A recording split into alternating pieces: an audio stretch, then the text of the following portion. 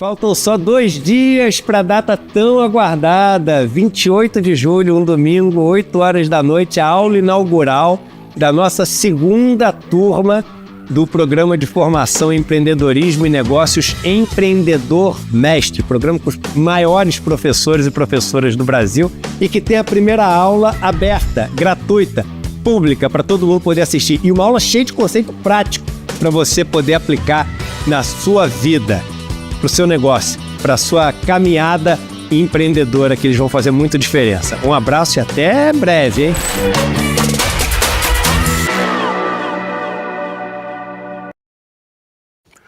Bom dia! Está começando mais um Desperta ICL, abrindo a programação desta sexta-feira no ICL Notícias. São 7 horas e 1 minuto. Eu sou o André Grazeiro e nós vamos juntos até às 8 da manhã, já falando da abertura do noticiário, os assuntos que serão tema das conversas e debates nesta sexta-feira. Deixe seu comentário, deixe seu like, curta e siga o canal do Leandro Demore, do Eduardo Moreira e do Instituto Conhecimento Liberta. Nós estamos falando neste momento ao vivo nestes canais, nas redes sociais do ICL e do ICL Notícias e também nas redes TVT, TV aberta 44,1 na região metropolitana de São Paulo, na Rádio Brasil Atual FM 98,9 também na região metropolitana de São Paulo, TV Quirimurê 10,3, canal aberto na Grande Salvador, Rádio Heliópolis FM em São Paulo no dial 87,5, na Pop TV do Rio Grande do Sul, canal 23.1 em Porto Alegre e em Sobradinho, canal 45.1. Deixe seu comentário, fale de onde você está e ajude a gente a fazer o Desperta ICL até às 8 da manhã. Para abrir, nós vamos falar sobre uma notícia exclusiva revelada pela Juliana Dalpiva, que mostra que a Polícia Federal deve adiar a conclusão do inquérito do golpe, que investiga os mandantes do golpe da tentativa de golpe que culminou nos atos de 8 de janeiro. Segundo informações aqui da Juliana Dalpiva no site iclnoticias.com.br, a PF, que investiga 2 inquéritos, o inquérito do golpe e o inquérito da ABIN paralela, encontrou pontos de contato, conexões entre a ABIN paralela, que era ali, segundo as investigações, comandada por aliados de Bolsonaro, incluindo o deputado federal Alexandre Ramagem, que na época era o diretor-geral da ABIN, e Ramagem, que inclusive é pré-candidato à prefeitura do Rio de Janeiro. A PF encontrou conexões entre esses 2 casos. Então, por isso, o inquérito do golpe, que seria concluído agora no mês de julho, deve ter mais uns 2 meses aí de investigações, já que a Polícia Federal precisa de mais tempo para apurar essas conexões, reunir as provas, entender o que está por trás disso, para aí sim concluir o inquérito. Diz aqui a Juliana Dalpiva, a PF encontrou novas provas no inquérito que apura a existência da ABIN paralela e terá que adiar a conclusão do inquérito que apura a tentativa de um golpe de Estado após as eleições de 2022. Os investigadores identificaram uma série de conexões entre os casos e estão solicitando ao STF o compartilhamento de prova entre esses 2 inquéritos. E com isso, a conclusão que era esperada para julho deve ficar para setembro.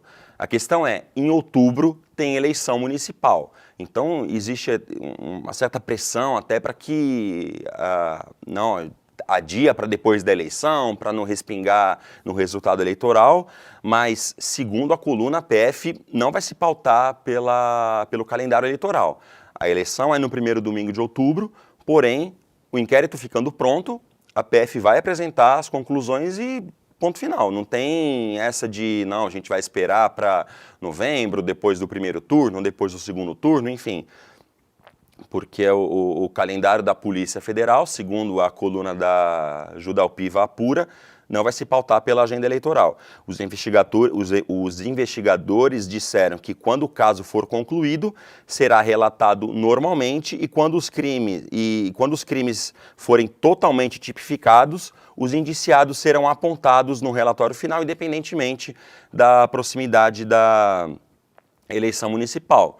E existem nomes em disputa na eleição municipal que têm envolvimento no inquérito da ABIN paralela.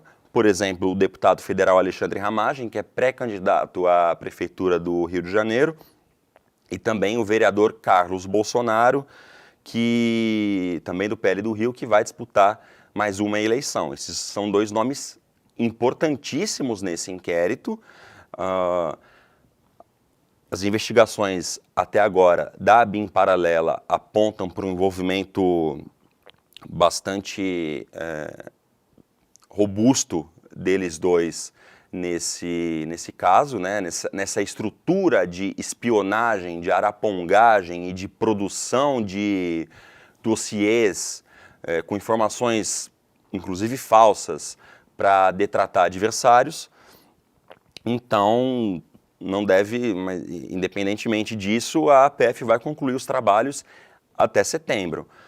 Isso pode causar certa frustração, né? Porque a expectativa política de quem quer ver esse golpe, ou essa tentativa de golpe suposta ser apurada, investigada e finalmente punida, se frustra um pouco em relação ao prazo, né, da investigação da Polícia Federal. Afinal de contas, já faz praticamente 1 ano e 7 meses que esses fatos ocorreram, né? Foi em janeiro de 2023, a gente está em 26 de julho de 2024, então é certamente frustrante, né, no tempo da política que até agora isso não tenha sido concluído. Porém,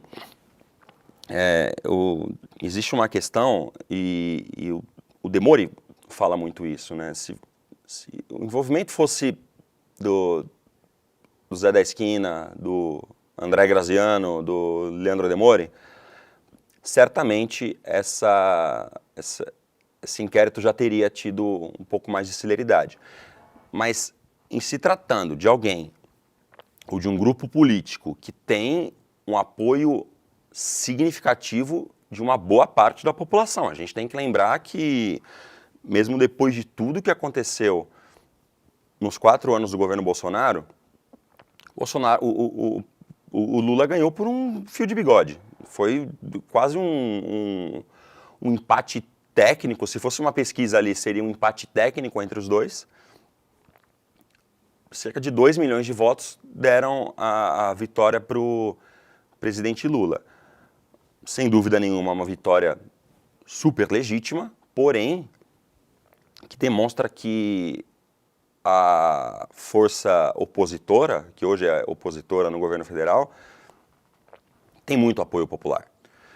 Então, é necessário que o inquérito seja muito bem embasado, que não haja nenhum tipo de brecha jurídica para que essa brecha jurídica seja inclusive usada politicamente. Então, por isso que, para frustração de muita gente, esse inquérito acaba demorando mais do que muita gente gostaria. Mas é isso, então, o inquérito do golpe, apontando os responsáveis, os mandantes, e aí a gente vai lembrar de diversos nomes do governo federal que circulavam no Palácio do Planalto entre 2019 e 2022.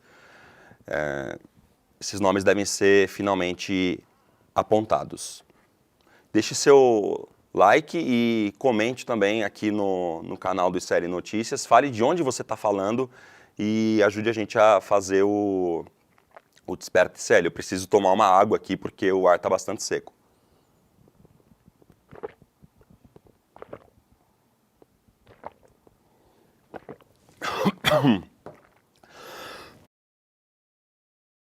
Me desculpem. Mas vamos lá. Venezuela. Houve uma reunião ontem entre o chanceler do Brasil e o chanceler da Colômbia. No próximo domingo vai haver a eleição venezuelana, que vai definir se Nicolás Maduro conquista a terceira reeleição ou se a oposição vence. O principal candidato de oposição é o Edmundo Gonçalves. O embaixador, ou melhor, o chanceler Mauro Vieira, recebeu o ministro das Relações Exteriores da Colômbia. A princípio, segundo notícia aqui do jornal o Globo, essa reunião seria para discutir relação bilateral, mas evidentemente o assunto que tomou conta dos dois países, que são... Inclusive os governos têm um certo, não é um alinhamento automático, mas um certo alinhamento ideológico com Nicolás Maduro. São governos de esquerda, tanto aqui no Brasil, ou centro-esquerda, tanto no Brasil quanto na Colômbia, embora muito críticos também, ultimamente, às posturas do Maduro.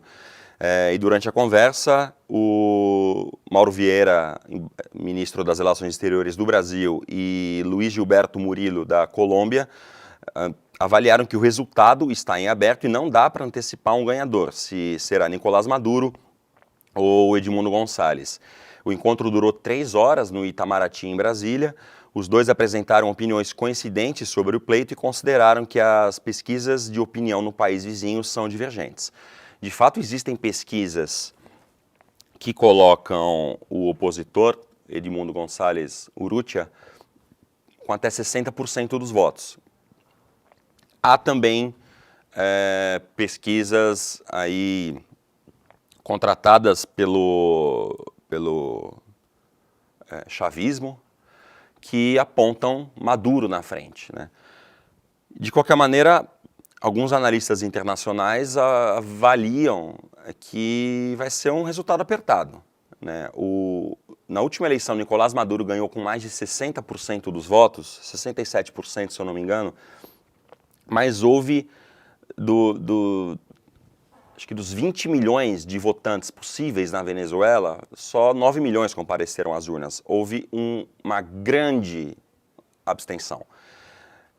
Porque a votação não é obrigatória, o voto não é obrigatório na eleição venezuelana. Por que houve essa abstenção tão grande? Porque a oposição, na época, alegando que a eleição não seria disputada de forma limpa, abdicou de disputar essa eleição. E isso acabou desmobilizando eleitores que já viam que o resultado estava definido, já que Maduro era o único candidato competitivo naquela disputa. Dessa vez, a situação é outra. Existem 2 candidatos competitivos, o próprio Maduro e o Edmundo Gonçalves.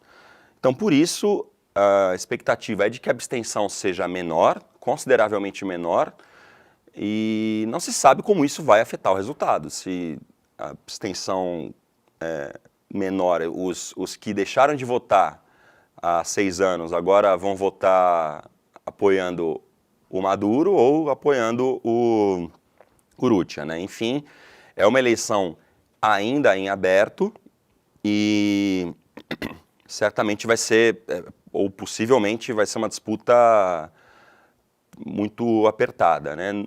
A eleição na Venezuela é por voto eletrônico, não deve haver divulgação de resultado parcial. No próprio domingo, possivelmente, já vai ter o resultado e vai ser de uma vez. Não vai ter aquela emoção que a gente vê da curva de um candidato subindo, a curva de outro candidato caindo, enfim, ou um candidato se aproximando, o outro ganhando folga na liderança. Isso não vai acontecer. O que vai acontecer é simplesmente o resultado divulgado e espera-se que aceito por quem perder. A gente já mencionou isso, que muito se fala que o Maduro pode não aceitar o resultado. O filho do Maduro já afirmou que vão aceitar independentemente de quem ganhar. Mas há também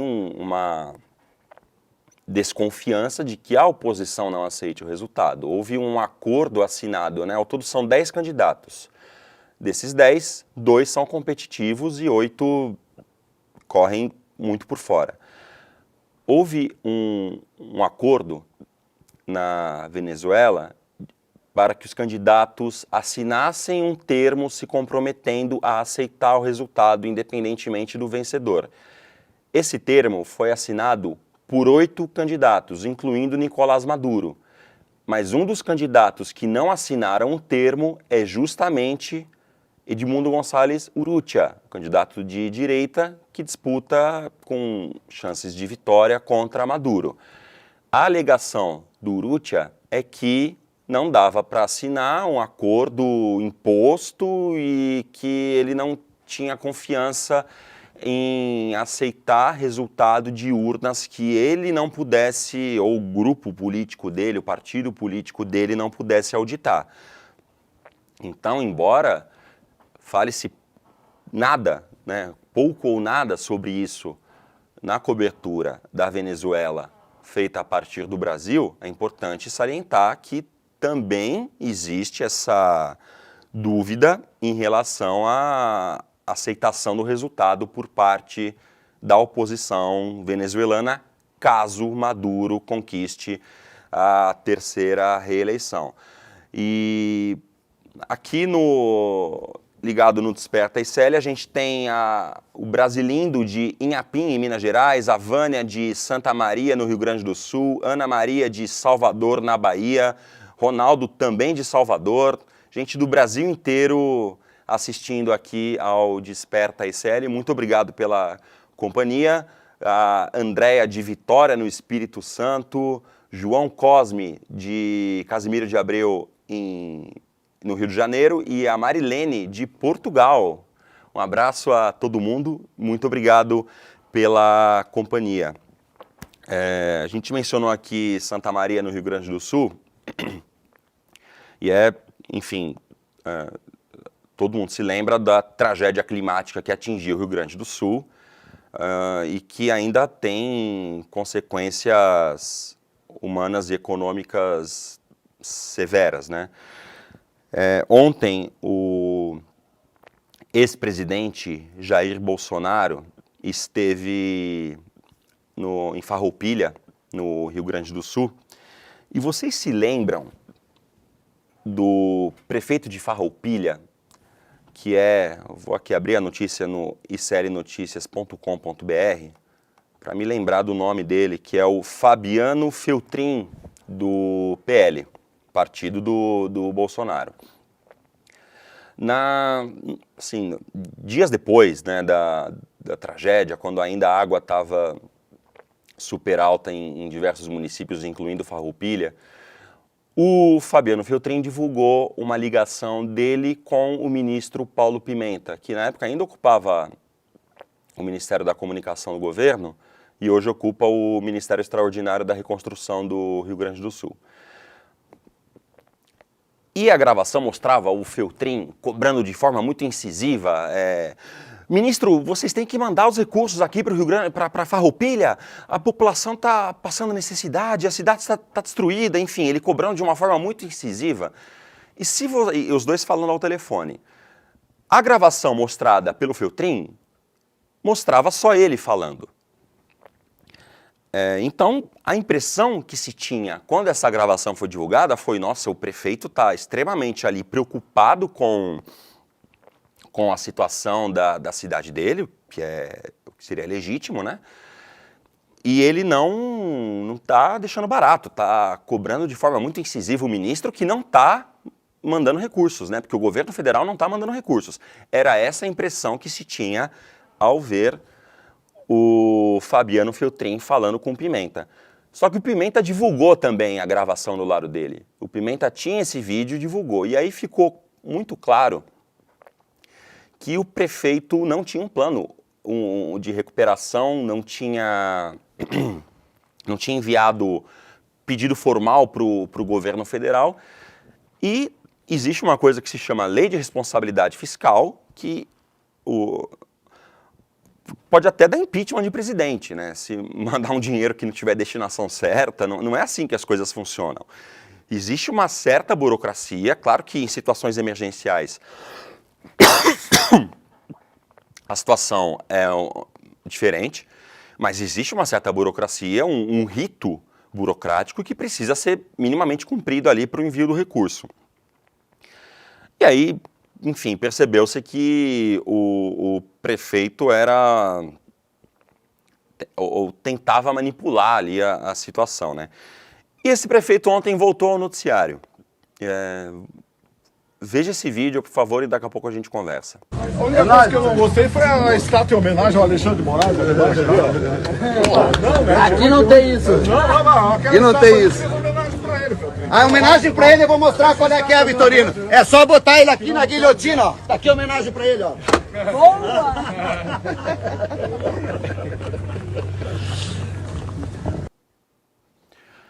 É só botar ele aqui na guilhotina, tá aqui a homenagem para ele. Ele, Alexandre de Moraes. Essa foi a fala do Fabiano Feltrin ontem, durante visita de Jair Bolsonaro à cidade gaúcha de Farroupilha.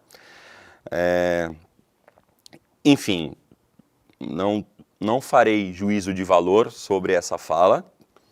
Fique por conta de vocês mesmos. Mas essa sugestão foi dada, inclusive, ao lado do ex-presidente Jair Bolsonaro, e um vídeo que o próprio Feltrin publicou. Acho que foi durante uma transmissão ao vivo que ele fez. Nas redes sociais dele, esse vídeo não estava mais disponível. Pelo menos quando eu dei uma... Opa, meu ponto está vazando aqui. Era isso que o Vitor tentou me avisar e eu achei que tivesse arrumado. Vitor, agora tá ok. E uma coisa que chamou a atenção nesse vídeo é que o Bolsonaro, que tá rindo no começo ali, que antes de mencionarem, antes do Feltrin, né, mencionar o nome do Alexandre de Moraes, o Bolsonaro tá rindo, tá brincando. Mas aí eu vou aqui, ó, pedir o VAR. Coloca de novo, Vitor, por favor, esse vídeo e mostra que o Bolsonaro, ele se mantém impávido quando ele percebe que a brincadeira, entre aspas, é sobre guilhotinar o Alexandre de Moraes. Por favor. A única coisa que eu não gostei foi a estátua em homenagem ao Alexandre de Moraes. Aí o Bolsonaro ri. A estátua em homenagem ao Alexandre de Moraes. Ele dá risada, aqui não tem isso. Ele dá risada por enquanto. Aí agora ele vai mostrar a guilhotina. E aí, ó, o vídeo, ó, olha a cara do Bolsonaro nesse momento, ó. Ele que tava sorrindo ali, cadê a estátua? Porque fazem a brincadeira ali. Cadê a estátua pro Alexandre de Moraes? Ó, volta. Mas em vez de voltar tudo, tem como só, assim, no VAR mesmo ali, ó, colocar a linha de impedimento. O Bolsonaro viu que ele estava impedido e não foi pro lance. É isso que aconteceu ali. Ele viu que ele estava impedido e falou, eu não vou nessa. Eu não vou nessa porque a situação já não tá boa pro meu lado. Eu não vou comprar essa briga aqui não. Mas enfim, Fabiano Feltrin decidiu comprar essa briga e deu essa declaração, fez esta brincadeira sobre Alexandre de Moraes. Você vê esse vídeo no Instagram do ICL Notícias, que é @icl.noticias. Porém, o Bolsonaro não é o tipo de cara que consegue manter a compostura por muito tempo. E ontem mesmo, temos aqui uma outra notícia, durante um comício também, nessa tour do Bolsonaro pelo Rio Grande do Sul, ele resolveu fazer o que ele costuma fazer com muita propriedade, mentir. E aqui, assim, a fala em si do Bolsonaro não é nem o que mais chama a atenção aqui, mas a gente vai usar aqui a informação. O Bolsonaro afirmou que assim, ex-presidentes da República têm direito a assessores e a 2 carros. O Bolsonaro alegou que o governo Lula tirou esse direito dele, tirou 4 seguranças que ele tinha e 2 carros blindados. O que não é verdade, é mentira. E o mais grave é que o Bolsonaro disse que, ou insinuou, que o presidente Lula e o Supremo Tribunal Federal querem facilitar o assassinato dele, Bolsonaro. E citou inclusive o caso do Trump, o atentado contra o Donald Trump nos Estados Unidos. Porém, a lei que diz que ex-presidentes da República têm direito a 2 veículos, não menciona que esses veículos são blindados, e o Bolsonaro tem esses 2 veículos à disposição, e esses 4 seguranças do Bolsonaro, que segundo ele foram retirados pelo governo e pelo Supremo, o que aconteceu? Eles são parte de inquérito que investiga, sim, um dos diversos inquéritos que investigam supostos crimes cometidos pelo ex-presidente. Uma das medidas cautelares do Alexandre de Moraes é impedir que Bolsonaro tenha contato com outros investigados e que esses investigados também tenham contato entre si. E esses 4 assessores, seguranças, fazem parte desse rol de investigados. Por isso, eles não podem atuar como seguranças de Jair Bolsonaro, porque a decisão de Alexandre de Moraes impede o contato entre eles. Isso não tem nada a ver com a segurança do presidente, mesmo porque o ex-presidente Bolsonaro, embora a nomeação seja feita pelo atual governo, a despesa seja feita pelo atual governo, e isso é o que a lei diz, não é nenhuma mordomia, não é nenhum privilégio. Todos os ex-presidentes vivos neste país têm direito a isso. José Sarney, Fernando Collor, Dilma Rousseff, Fernando Henrique, Michel Temer, todos, e Jair Bolsonaro, todos os ex-presidentes vivos têm direito a assessor e a carro. A despesa e a nomeação é feita pelo governo em exercício, só que quem escolhe é o ex-presidente em questão. No caso, o Bolsonaro pode escolher outros assessores que não estejam envolvidos nos inquéritos em que ele é investigado. Só que isso não foi feito. Então, por isso, esses assessores ou seguranças não podem andar com Jair Bolsonaro. E aqui eu quero chamar a atenção para uma coisa importantíssima que, inclusive ontem, a gente mencionou sobre como uma manchete tem que ter um contexto mais profundo para simplesmente não reproduzir uma mentira, seja a partir de um recorte de uma notícia ou, nesse caso aqui, de uma declaração falsa. Folha de São Paulo noticia esse mesmo assunto, essa mesma declaração do Bolsonaro, e a manchete diz: Bolsonaro cita Trump e insinua que Lula e STF querem facilitar seu assassinato. Essa é a manchete. A manchete, que é o trecho mais lido da matéria, não faz nenhuma ressalva, não indica em nenhum ponto de que o Bolsonaro está mentindo. E a linha fina, ou o subtítulo, diz: declaração ocorreu durante comício no Rio Grande do Sul. SECOM diz que regras para ex-presidentes são as mesmas e que antecessor não tem nenhum direito extra aos da lei. O contraponto é feito na linha fina, deveria estar na manchete, é feito na linha fina, porém atribuindo a SECOM. Aqui, o contraponto diz que quem contrariou a declaração do Bolsonaro foi o atual governo, a Secretaria de Comunicação do atual governo. No segundo parágrafo,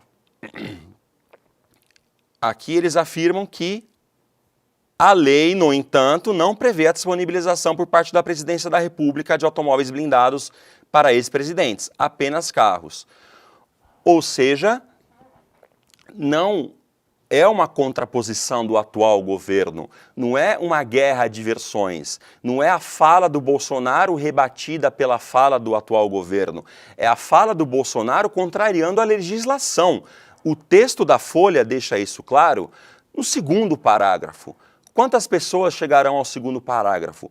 Muito menos do que aquelas que leem só a manchete e a linha fina. A linha fina ainda faz algum contraponto ali, dando a versão da SECOM, mas não é uma versão. É a lei. A lei não é uma versão, a lei é um fato consolidado.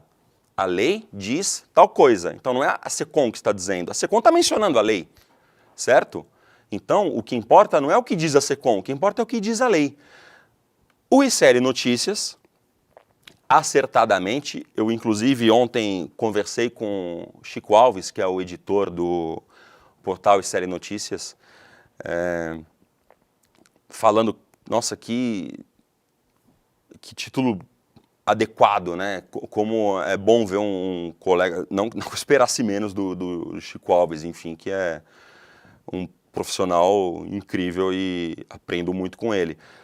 Mas é muito legal ver um cara que a gente já admira falando, putz, não é à toa que eu admiro esse cara, né? Porque aqui, Bolsonaro cita Trump e inverdades para insinuar que Lula e STF querem facilitar seu assassinato. Porque dizer que o Bolsonaro quer apenas... o Bolsonaro diz que Lula e STF querem facilitar seu assassinato, você fomenta a desinformação, a mentira, a falsidade, enfim, são inúmeras palavras possíveis para classificar o que diz o Bolsonaro, nenhuma delas positiva, ditas por ele. Assim, obviamente, o jornalismo não se resume à manchete, não se resume ao título. Existe ali todo um trabalho de apuração, de consolidação da informação, que é destrinchado durante a produção do texto, mas o que o jornalismo profissional precisa entender é que a forma de se consumir notícia mudou, não é a mesma de anos atrás. Anos atrás, quando você... eu ainda, com 39 anos, peguei isso. Abria um jornal, abria uma revista, você ativamente estava buscando aquela informação. Então você já tinha uma certa predisposição de ler aquele texto inteiro, de entender o assunto, de se aprofundar um pouco mais. Hoje é diferente. O leitor, o consumidor, é mais passivo. Ele recebe na tela do celular, ele recebe na tela do computador, principalmente na tela do celular. Ali, seja dando scroll na rede social, seja mesmo navegando num site de notícia, o que também é até um pouco mais raro do que ser impactado em outros meios. A gente tem que pensar, quando a gente produz a notícia, né, a gente tem que pensar na forma como aquela notícia vai ser consumida. Então não dá para a gente atuar da mesma forma que atuava quando eu terminei a faculdade de jornalismo em 2005. É diferente, o mundo mudou e o jornalismo, em prol da própria credibilidade, em prol da própria sobrevivência, precisa entender isso. É complexo fazer jornalismo de verdade? Obviamente é. É muito mais complexo do que simplesmente subir no palanque no Rio Grande do Sul e soltar um monte de mentira. Então cabe ao jornalismo atuar dentro dessa complexidade, já apontando as contradições e mentiras que existem logo de cara. O compromisso é com a verdade e com o leitor, então vamos mostrar a verdade para o leitor. Porque senão o cara não vai chegar no segundo parágrafo, às vezes no penúltimo parágrafo, para ler ali a versão que contrapõe aquela mentira propagada ou propalada. Então, a gente precisa entender que o contexto nunca é demais. A manchete fica mais feia esteticamente, estourou uma linha, estourou um monte de... Cara, assim, paciência, vamos tentar resolver. A questão estética tem que ser, inclusive, secundária em relação ao fato, né? O fato tem que se sobrepor. E o fato é, Bolsonaro está mentindo. Não importa o que ele disse é menos importante na notícia se a gente não destacar que essa notícia é uma mentira. E essa não é só uma questão da mídia tradicional aqui. O Diário do Centro do Mundo usou o mesmo título. Um título que também, e tenho certeza que, sem nenhuma intenção de fazer aqui a secondo Bolsonaro, um título que simplesmente reproduz a mentira dita pelo ex-presidente. Então, o jornalismo declaratório tem que acabar, é urgente. Vamos lá aos comentários aqui no chat do canal do YouTube e nas nossas redes sociais. O João de Recife, Pernambuco. Nossa, tem comentário pra caramba aqui, eu perdi um monte já, gente. Mas enfim, vamos que vamos. Recife, Salvador, tá aqui a galera aqui informando padrão ICL é igual à verdade. Sim, é verdade. O ICL tem uma linha editorial muito clara, mas a gente trabalha com a verdade. Isso é um fato incontestável aqui. Maria Helena, do Rio de Janeiro.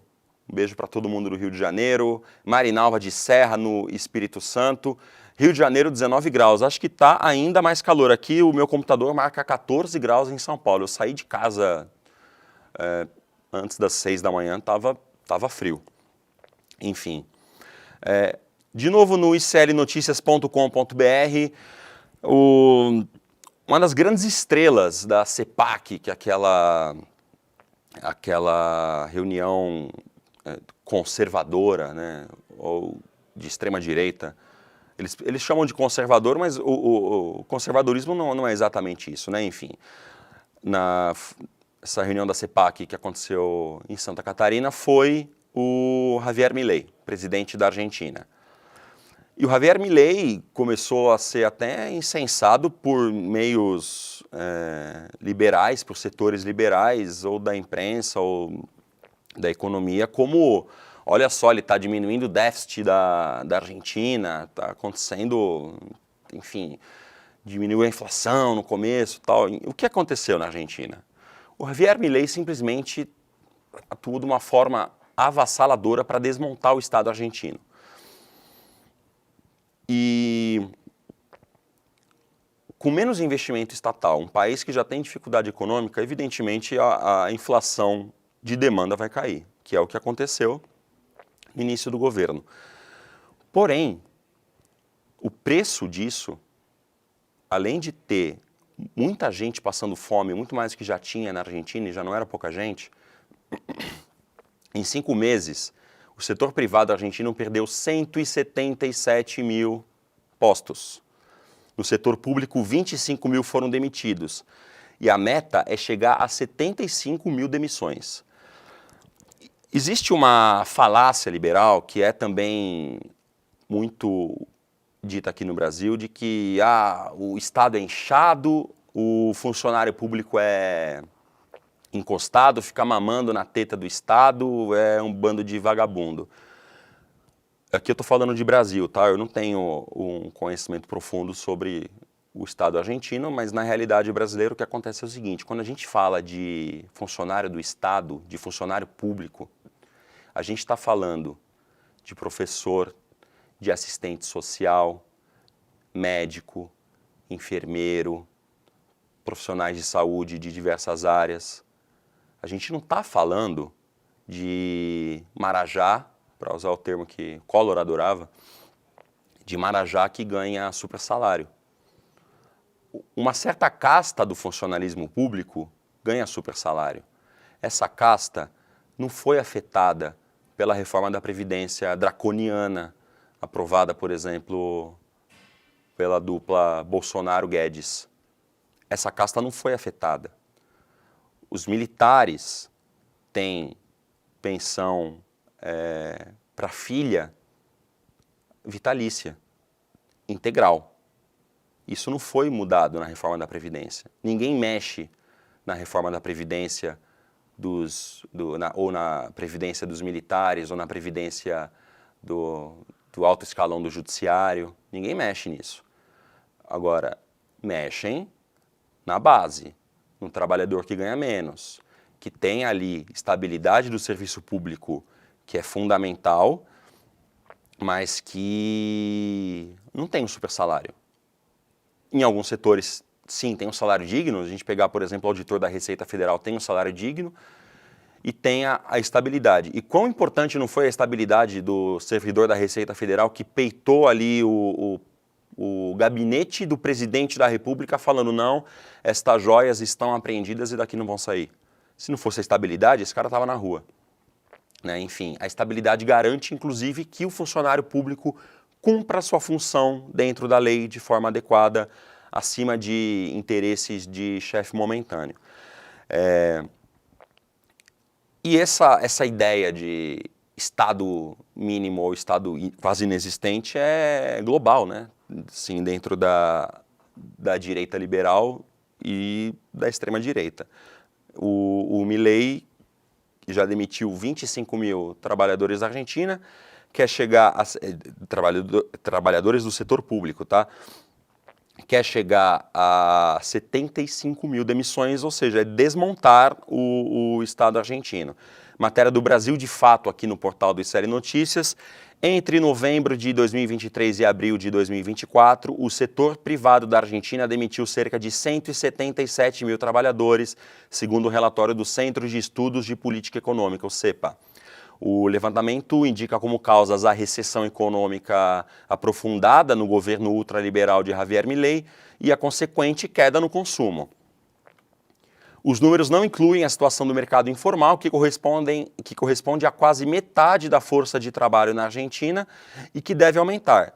Milei disse que 25 mil servidores públicos já perderam o emprego e ele quer demitir 77 mil. Um ponto importante aqui, a recessão econômica na Argentina é grave. O primeiro trimestre de 2024 registrou uma contração de 5,1% no PIB e taxa de desemprego de 7,7%, um salto em relação aos 5,7% registrados no último trimestre do ano passado. O setor de construção foi atingido em cheio, com mais de metade das demissões, após Javier Milei suspender as obras públicas como parte de sua política de redução do déficit fiscal do Estado. E a indústria perdeu 43% dos postos de trabalho. É uma tragédia econômica que está acontecendo no governo do Javier Milei. Teve um comentário, vocês podem ver no nosso Instagram, no Instagram do próprio Eduardo Moreira, que o Edu fez nessa semana, que eu me identifiquei muito com o que ele falou. Sim, abrindo completamente o debate, né? Pode ser que nós que defendemos um Estado mais forte, um Estado que seja condutor do bem-estar social, condutor da economia, pode ser que nós estejamos errados. E pode ser também que esses ultraliberais estejam errados, né? Só que se o lado mais desenvolvimentista tiver errado, vai ter ali aumento de dívida, aumento de déficit, tudo bem, mas o legado vai ser mais gente com acesso ao consumo, à educação, à saúde, o bem-estar social como um todo, né? Porque é o objetivo da intervenção estatal no final das contas, promover desenvolvimento, tudo, mas, enfim, garantir o bem-estar das pessoas.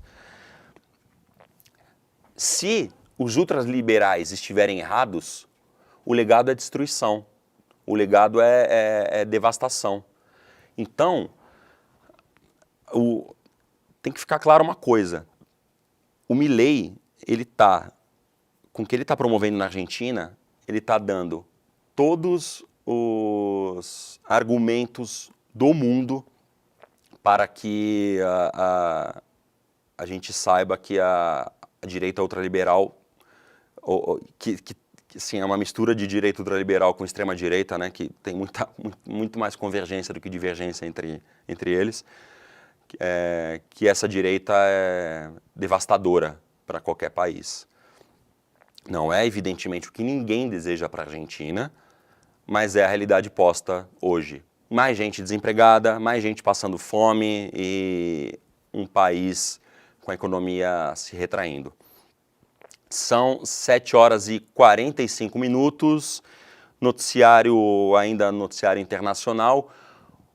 Finalmente saiu o apoio de Barack Obama à candidata, ou ainda possível candidata democrata à presidência dos Estados Unidos, Kamala Harris. As redes sociais de Obama e de Kamala, de Michelle, enfim, divulgaram um vídeo que mostra uma ligação do casal Obama para Kamala Harris, apoiando a candidatura dela. Vamos assistir. Kamala! Hello. Hi. Hey there. Oh, hi. You're both together. Oh, it's good to hear. E aí a Kamala fala, vocês dois estão juntos, e a Michelle fala, eu não poderia deixar de dar esse telefone para dizer a você o quanto eu estou orgulhosa, vai ser histórico.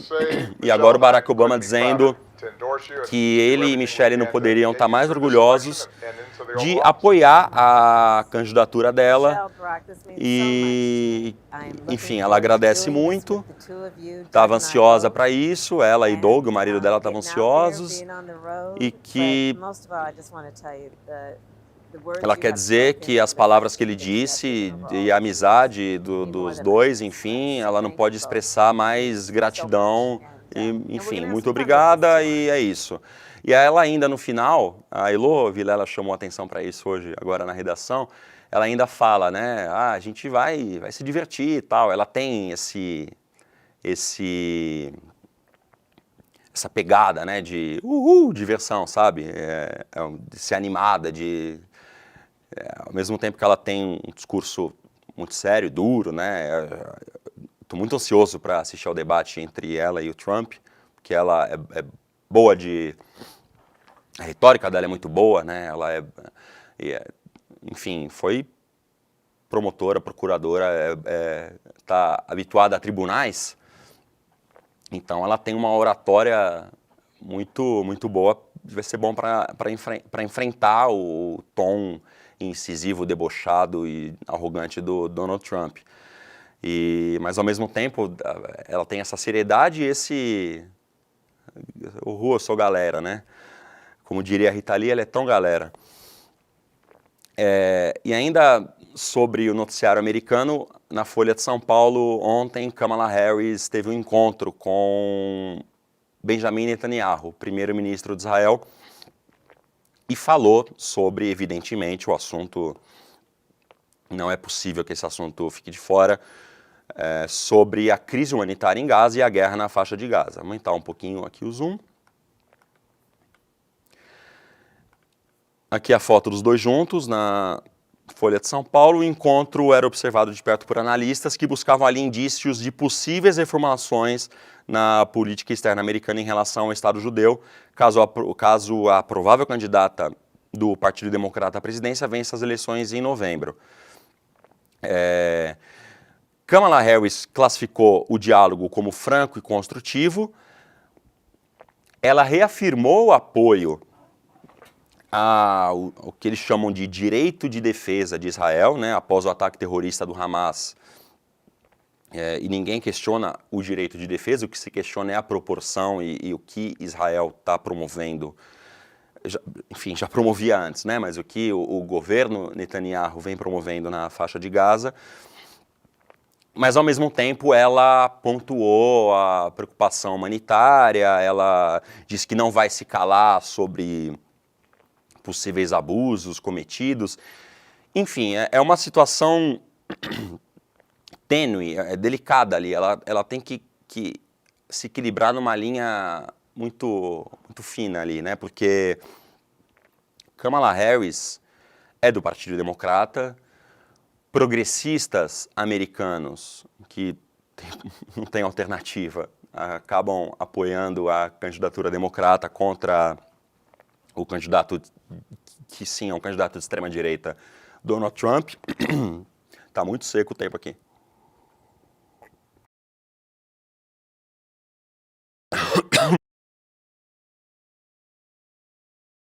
Desculpem, gente. Enfim, e boa parte do eleitorado democrata tem se mostrado descontente, né, com a política israelense, com a guerra de Israel contra a população de Gaza, que se tornou uma guerra muito claramente contra a população e não só contra o Hamas. Mas, ao mesmo tempo, Israel é o principal aliado dos Estados Unidos no Oriente Médio. Isso não vai mudar. Seja Kamala Harris a vencedora, seja Donald Trump o vencedor, ou seja quem for. Se, por acaso, um outro candidato do Partido Democrata aparecer e vencer Trump, que é altamente improvável. Mas é uma relação muito consolidada entre Israel e os Estados Unidos, não só entre Israel e Biden, ou Israel e o Partido Democrata, ou Israel e o Partido Republicano. Os dois estados são muito próximos e isso não deve mudar, independentemente de quem for o vencedor da eleição. Mas Kamala precisa ali demonstrar eu apoio, mas não apoio tanto, assim, fica essa posição meio em cima do muro ali, né? Mas, ao mesmo tempo, para a sorte dela, talvez nem tudo é só uma coincidência, houve a declaração de apoio, finalmente, né? Das grandes lideranças democratas eram os que faltavam, a Michelle e Barack Obama. Houve o apoio declaração de apoio agora à candidatura dela, que ainda não é oficialmente a candidata, mas já se comporta, e o próprio Partido Democrata a trata como tal. Houve esse apoio, que é uma notícia importantíssima, que deve tomar o noticiário interno nos Estados Unidos. E alguns números aqui da guerra de Israel.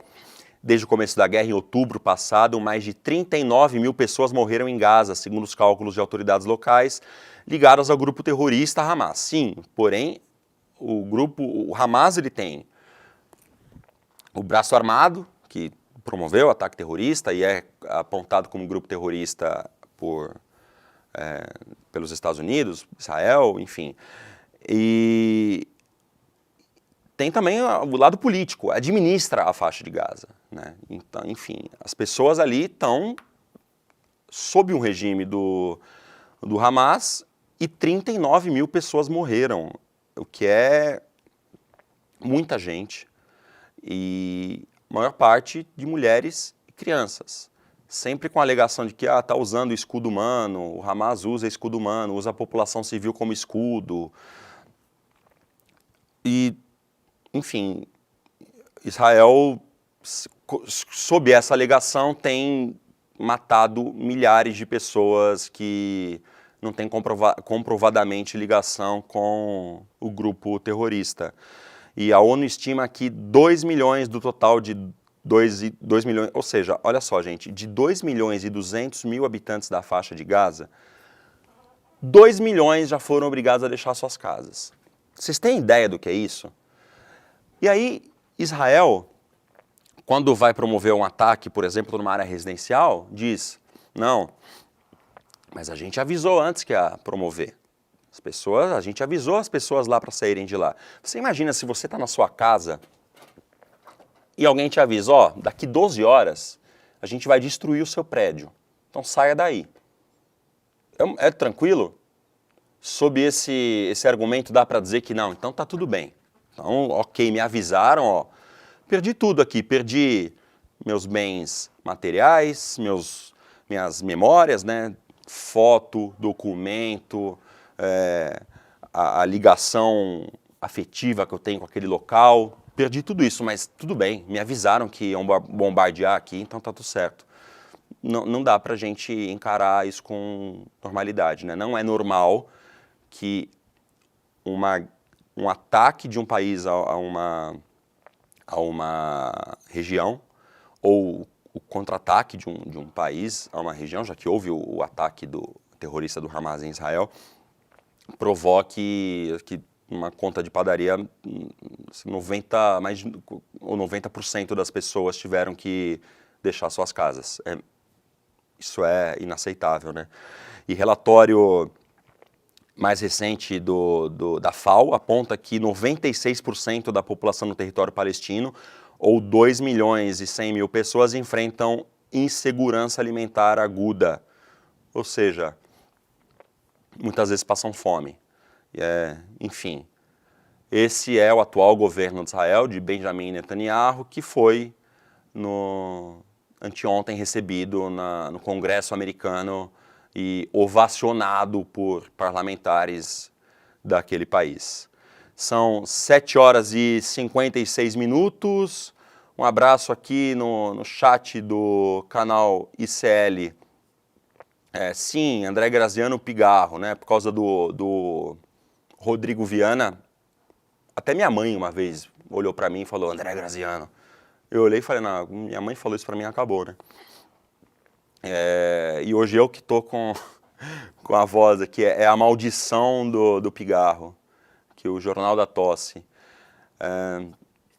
Um abraço para todo mundo que está comentando, muito obrigado pela companhia, pelo carinho de vocês aqui no chat. Foi uma delícia fazer 2 dias aqui do Desperta ICL. Substitui o Leandro Demore, que é